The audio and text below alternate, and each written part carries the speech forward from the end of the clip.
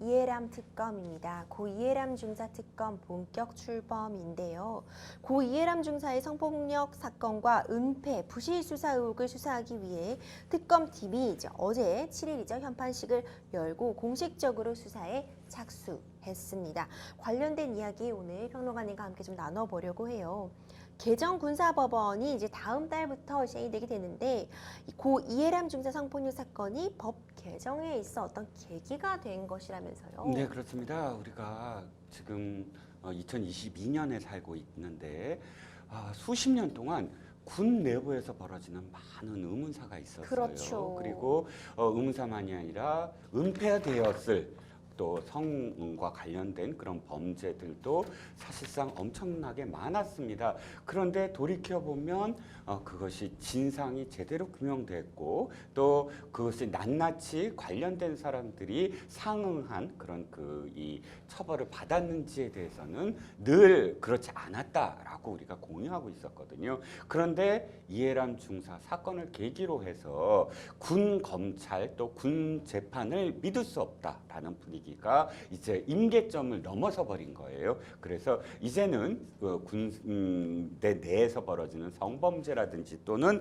의문사, 그러니까 군인 사망 사건과 관련해서는 1심부터 민간 수사기관이 수사를 하고 또 민간 법원이 관할하게 하는 개정군사법원법을 지난해 8월 통과가 돼서 이번에 내달부터 실질적으로 시행이 되는 겁니다.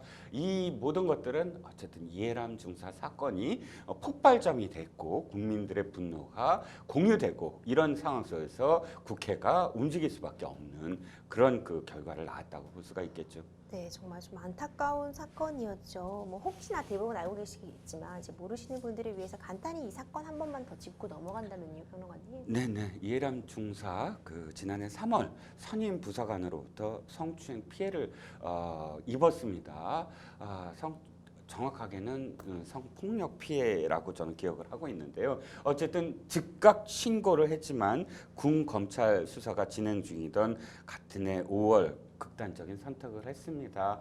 추정할 수 있는 건 그 2개월 동안 얼마나 많은 군 간부들이나 혹은 군 검찰이라 이런 군 수사를 담당했던 그런 기관에서나 2차 가해를 했다라고 실질적으로 전 유족들이 증언도 있었고요. 기억을 하실 겁니다. 그렇기 때문에 그런 선택을 하지 않았나 싶고요. 그래서 유족들이 이렇게 주장을 했죠. 많은 동료라든지 선임이라든지 또는 군 간부들에게 2차 피해를 당했다. 그런데 문제는 거기서 그치지 않았습니다. 국방부가 25명을 형사 입건해서 15명을 기소했는데 문제는 2개월 동안 제대로 수사를 하지 않았던 거예요. 이런 모든 수사들은 초동 수사가 중요하지 않습니까? 근데 제대로 수사도 하지 않았고 그것을 방기했던 군 지휘부가 있었는데 그 군 지휘부와 수사를 담당했던 간부들을 전부 다 불기소 처분을 한 거예요. 그렇기 때문에 이제 이번에 특검이 이루어지게 됐죠. 이해람 특검이 좀 본격적으로 이제 가동을 이제 시작하게 됐는데 현직 검사를 포함해서 80여 명 규모로 구성이 됐다면서요? 네, 그렇습니다. 일단 윤석열 대통령은 안미영 특별검사를 임명을 했고요. 20일 동안의 준비 기간, 그러니까 뭐 사무실을 차리고 또 인선을 하고 하는 준비 기간을 거쳐서 5일 본격적인 수사를 시작했습니다. 임명된 지 20일 만이죠. 그리고 일단 30여 명의 검사와 40여 명의 수사관으로 지금 이루어지고 있고요. 전체적으로 총 인원은 한 80명 정도로 예상을 합니다. 이 특검이 그러니까 안특검이 대통령에게 유병두, 이태승, 손영은 특별검사부를 임명을 요청을 했어요. 보통 4명까지 이 검사부를 요청을 할 수가 있는데 이 3명 포함해서 대규모죠. 뭐 80명의 지금 수사팀을 구성을 하는 것으로 알려져 있습니다. 평론가님, 사실 무엇보다도 당시 논란이 됐던 건 국방부의 부실 수사 였어요. 과연 특검이 이 부분 좀 제대로 밝혀낼 수 있을까요? 우려되는 부분은 아까 말씀드린 첫 번째 초동 수사가 부실했다는 그렇죠. 것, 그래서 증거가 인멸될 수 있었던 가능성이 굉장히 높다는 네. 것, 그리고 피해 당사자가 극단적인 너무 선택을 했기 안타깝습니다. 때문에 증언이라든지 구체적인 그런 그 확실한 증거를 확보하는데 어려움이 많다는 것, 이런 것들이 있고요.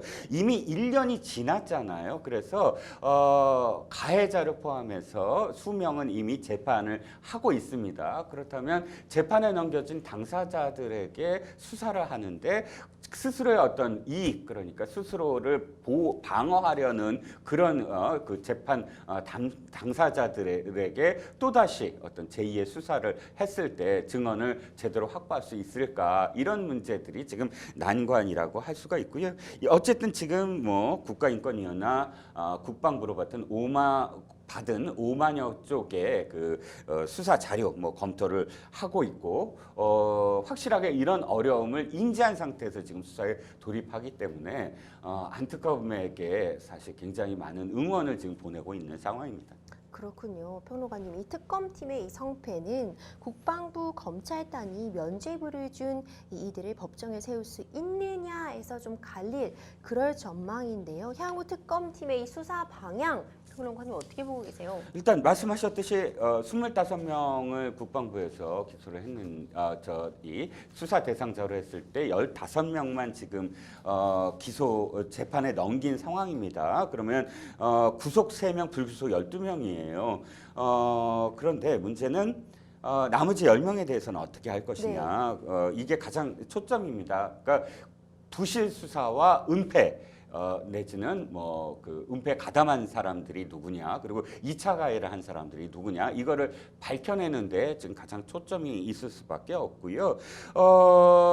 가장 중요한 건 재판 중인 피고인들의 협조를 어떻게 구할 수 있느냐. 그들은 이미 재판을 받고 있기 때문에 실질적으로 제2의 수사를 다시 진행을 했을 때 자신한테 돌아오는 이익, 뭐 우리나라에는 플리바게닝 같은 게 없잖아요. 공식적으로. 그렇기 때문에 더 어려울 것 같습니다. 하지만 어쨌든 뭐 우리가 객관적 진실은 아직 있지 않겠습니까? 뭐 여러 가지로 이 당시에 증언을 하지 아니한 그런 이 당시 부대에 같이 있었던 뭐 동료라든지 또는 선임이라든지 후임이라든지 이런 증언을 할 수 있는 아직도 남아 있는 그런 그 동료들이 분명히 있을 것이다라는 생각도 있고요. 그래서 그 부분, 그러니까 이 진짜 피해자의 억울함을 해소할 수 있는 2차 피해와 은폐한 간부들에 대한 단죄가 분명히 있을 것으로 저는 기대합니다.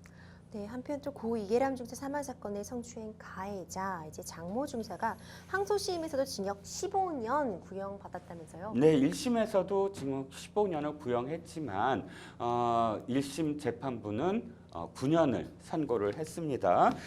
일단 뭐 성추행 사건과 관련돼서 보복 협박 혐의를 무죄로 판단을 했는데요. 이건 제가 변호사님께 좀 질문을 좀 드리고 싶은 게, 어떤 점에서 이게 또 15년에서 9년으로 감형이 될 수 있는지, 즉 뭐 이렇게 저같이 잘 모르는 사람들은 이거 진짜 보복 협박 아니냐라고 여겨지거든요. 그렇죠. 참 안타까울 수 이때 이 문자 내용 공개되고 나서 사람들이 많이 또 이제 네. 공분하셨죠. 이게 예, 어떻게 보복 효과가 아니냐. 그렇죠. 이렇게 볼 수 있었을 것 같은데, 뭐 신고할 거지, 신고해봐라는 말을 해야 되고, 뭐 하루 종일 정말 죽어야 한다는 생각, 이런 걸 문자로 보냈잖아요. 네네, 이런 거 그렇습니다. 보면 사실 이 피해자 입장에서는 나 때문에 지금 이 사람이 뭐 어떻게 되겠다는 걸 지금 나에게 보복하려고 하는 것이냐, 협박하는 것이냐, 전 충분히 좀 느낄 수 있지 않았을까 하는 좀 안타까움이 남는 지점이 있어요. 네. 하지만 재판부에서는 이 정도 가지고 지금 뭐 협박을 했다고 볼 수는 없을 것이다. 물론 다른 혐의들이 충분히 입증이 가능했고 다른 혐의로서의 처벌은 가능했겠지만 이런 부분이 인정이 안 됐던 것 같은데, 이 부분도 좀 특검을 통해서 좀 더 논의될 수 있지 않을까 이런 네. 기대도 걸어보고 있습니다. 네. 역대 14번째라고 해요. 이번 네네. 특검이 네. 국방부의 사건 은폐 의혹을 좀 제대로, 평론가님, 가려낼 수 있을까요? 네, 저는 그러니까 14번의 특검이 사실상 거의 다 정치적인 특검들이었어요. 기억하시겠지만 그 정권이 말기가 되면 언제나 게이트라는 사건이 뜹니다. 그러면 그 게이트라는 사건마다 특검이 이라는 이름으로 수사를 했어요. 대표적인 게 뭐 대북송금이니 또는 BBK 또 뭐 이런 국정농단, 드루킹 이런 특검들은 거의 이 정치적인 수사를 할 수밖에 없는 정치인들이 또 대거 연루된 어떤 사건들이고요. 나머지 사건들은 또 뭐 그러니까 어떤 게 있냐면 실제로 검사들의 비리, 예를 들어 스폰서 검사라든지 이런 부분들 또는 대기업, 그러니까 삼성 비자금 같은 규모가 큰 사건이라든지 이런 사건들이에요. 근데 이 말씀을 왜 드리냐면 이렇게 이해람 중사 사건처럼 한 개인의 정말 억울함 네. 그리고 그것이 상징되는 군 내부의 수십 년간 군 내부의 어떤 마피아 같은 서로를 은폐해 주려는 그런 움직임 이런 것들을 제대로 밝혀내는 특검은 이번이 처음 아니냐. 그러니까 한 개인의 죽음으로 시작된 일이지만 그래서 이 특검이야말로 저는 또 의미가 있지 않을까라고 생각을 하고요. 꼭 어떤 성과를 꼭 내주시기를 기대합니다. 네, 정말 안타까운 사건이었습니다. 이에 대해서 정말 많은 분들이 함께 공분하셨고 또 함께 눈물 흘리셨는데요. 특검에 좀 많은 기대를 걸어보게 되고요. 이제 이어 결판이다. 이 항소심 결과에서도 앞서 평론가님이 지적해 주신 것처럼 이런 보복 협박 부분이나 이런 부분 좀 더 명명하게 명명백백하게 밝혀서 정말 남은 유족들의 억울함 모두 좀 해소될 수 있기를 그래도 좀 위로가 될 수 있기를 바라봅니다.